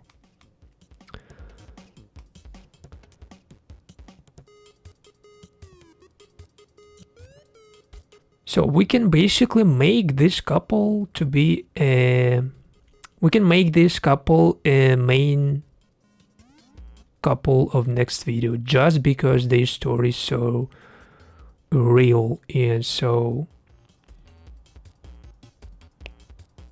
I would say, personal. It's literally like two individuals with no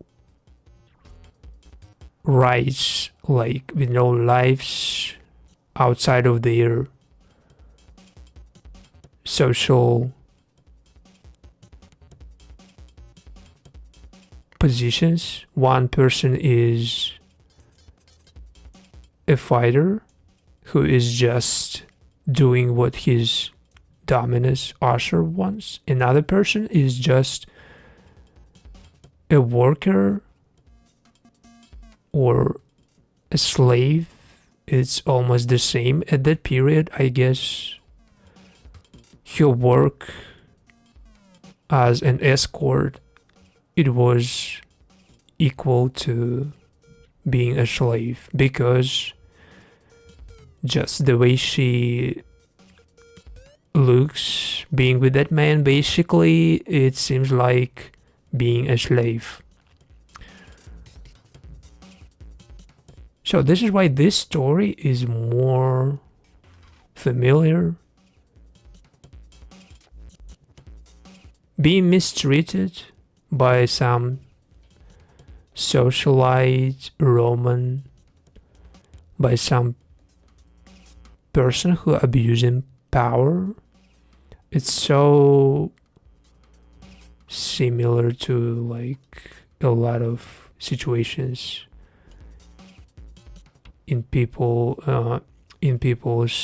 lives in our current timeline, in our basically reality. In my experience, in my life, I ran into one person, and I wasn't able to stop something I didn't want to happen.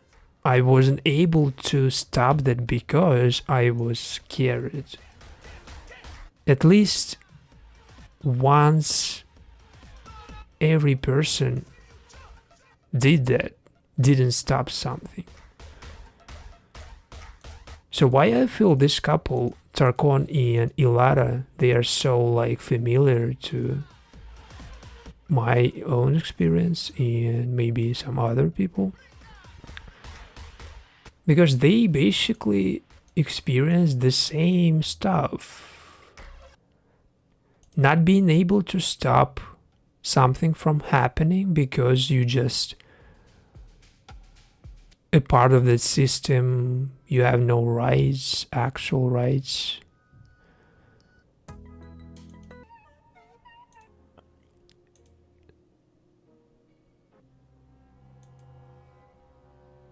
Our system, current system, is kind of the same, but there is no enslavement, of course, no slavery, but somewhere maybe it feels like slavery, life like slavery, you know. But I feel personally like emotional slavery, enslavement of your, to be a slave of your life, it's kind of related to be like, you know,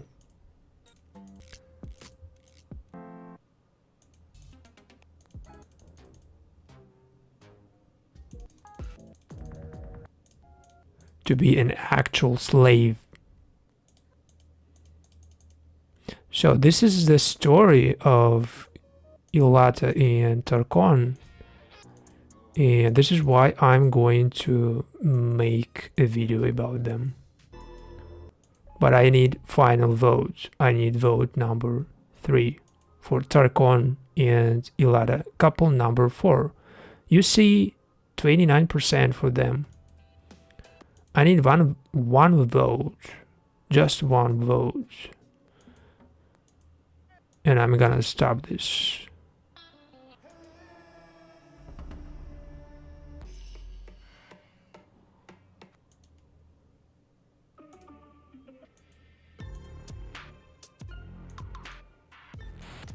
If you like the other couple, if you like Hilara Messia, if you like Ashur more than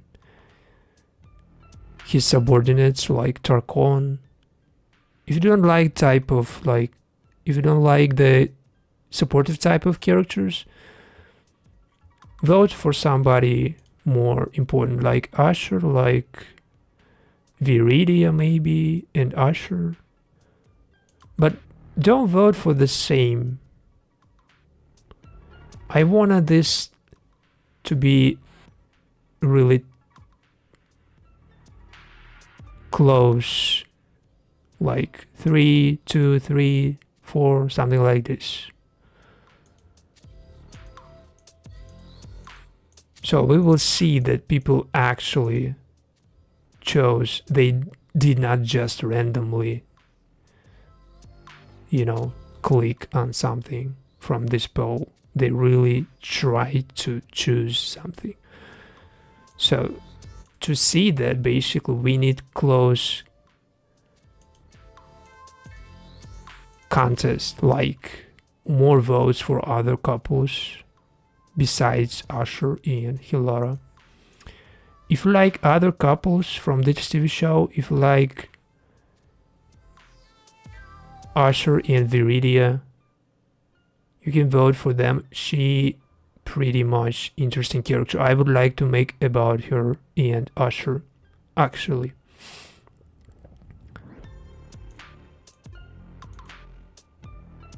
But I need your final opinion. I need final opinion from my viewer. Because the story, the characters, if you really watched, it's even easier. But if you don't, you can ask for specific character. I can tell you quickly what they are, who they are, what they are doing, if they really worth a video about them or not.